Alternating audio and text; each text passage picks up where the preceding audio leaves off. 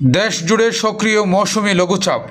বঙ্গোপসাগরে সৃষ্টি হওয়া গভীর নিম্নচাপের কারণে চট্টগ্রামে রাতভর মুষলধারে বৃষ্টি হয়েছে।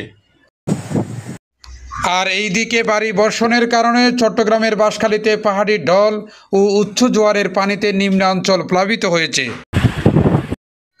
বাঁশখালী থেকে মোহাম্মদ এরশাদের পাঠানো ভিডিও প্রতিবেদনে বিস্তারিত। বৃহস্পতিবার সকাল থেকে শুক্রবার বিকাল পর্যন্ত ভারী বর্ষণ ও জোয়ারের পানিতে পাহাড়ি ঢলে সনুয়া, কানকানাবাদ, সরল, বাহারচড়া, চাম্বল, গন্ডামারায় স্বাভাবিক জোয়ারের থেকে সমুদ্র পানি বেশি হওয়ায় কিছু কিছু জায়গায় বেড়িবাঁধ ভেঙে টপকে সমুদ্র লোনাপানি লোকালয়ে প্রবেশ করেছে। লোকালয়ে সমুদ্র লোনাপানি প্রবেশ করায় স্থানীয় সিংডিগের সবজি ক্ষেতের ব্যাপক ক্ষয়ক্ষতি হয়েছে। এছাড়া পাহাড়ের ঢালে পান ক্ষেত ও সবজি ক্ষেতের ক্ষয়ক্ষতির পরিমাণ বেশি হয়েছে। শুক্রবার সকালে সনুয়া, কানকানাবাদ, চাম্বল এলাকায় বেড়িবাঁধ টপকে লোকালয়ে পানি প্রবেশ করলে উপজেলা প্রশাসনের উদ্যোগে স্থানীয় প্রতিনিধিদের মাধ্যমে তাৎক্ষণিক পানি ঢোকা বন্ধ করার জন্য চেষ্টা করে। অন্যদিকে ঝড় ও ভারী বৃষ্টিতে গাছ উপড়ে বৈদ্যুতিক লাইনে পড়ায় বিদ্যুৎ সংযোগ বিচ্ছিন্ন হয়ে পড়েছে। দক্ষিণ চট্টগ্রামের বিস্তীর্ণ এলাকায় গত বৃহস্পতিবার শুক্রবার পর্যন্ত সকাল থেকে বাঁশখালীর বহু গ্রামে বিদ্যুৎ নেই।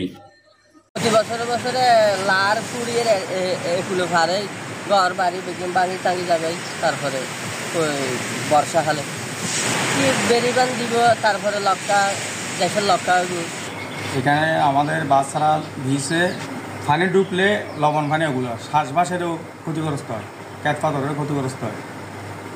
একটু মানে সিঙ্গেল দিলে 1-2-3 সিঙ্গেল হলে মাত্র পানি বেরিবানের মধ্যে বাচ্চারা পয়েন্টে বেশি ক্ষতিগ্রস্ত হয়। আর ব্যবসা বাণিজ্য যারা করে তারা তো অনেক ক্ষতিগ্রস্ত হয়। সেই আর টেবিল আছে, মনে করেন বিভিন্ন ছোটোখাটো ব্যবসা তো বড় না, এগুলো অনেক ক্ষতিগ্রস্ত হয়। আর রাস্তাঘাট তেমন ভালো না। আমরা চাই ওই বেরিবানটা একটু মেরামত হলে মানে পশ্চিম এলাকার মানুষের দুর্যোগ হতো।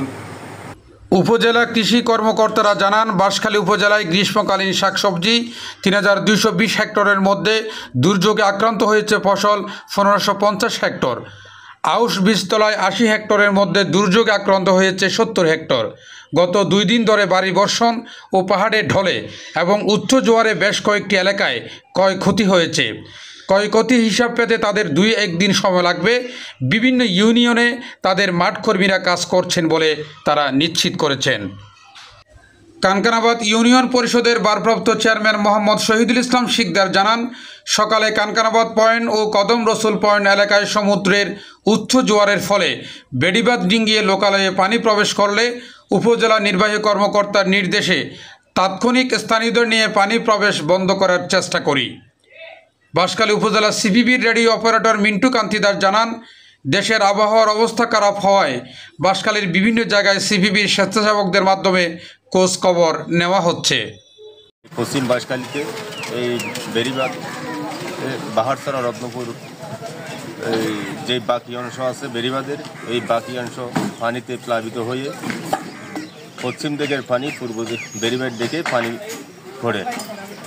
সেই জন্য আমি এলাকাবাসীর পক্ষ থেকে একজন জনপ্রতিনিধি হিসেবে মাননীয় উপজেলা নির্বাহী অফিসার মহোদয় এর মাধ্যমে মাননীয় জেলা প্রশাসকের বিশাল একটা প্রকল্প দিয়ে জরুরি ভিত্তিতে এই প্রকল্প বাস্তবায়নের জন্য আমি ডিসি মহোদয়ের দৃষ্টি আকর্ষণ করছি।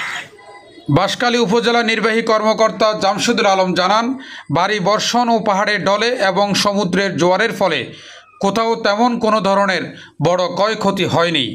স্থানীয় জনপ্রতিনিধির মাধ্যমে এই বিষয়ে সবসময় খোঁজ খবর নেওয়া হচ্ছে। শুক্রবার সকালে সনুয়া, কানকানাবাদ, চাম্বল কিছু কিছু জায়গায় বেড়িবাঁধ ডিঙ্গিয়ে সমুদ্রে লোনাপানি প্রবেশ করলে স্থানীয় জনপ্রতিনিধিদের মাধ্যমে সেগুলো তাৎক্ষণিকভাবে বন্ধ করার চেষ্টা করি। Desk news, Purbadhara.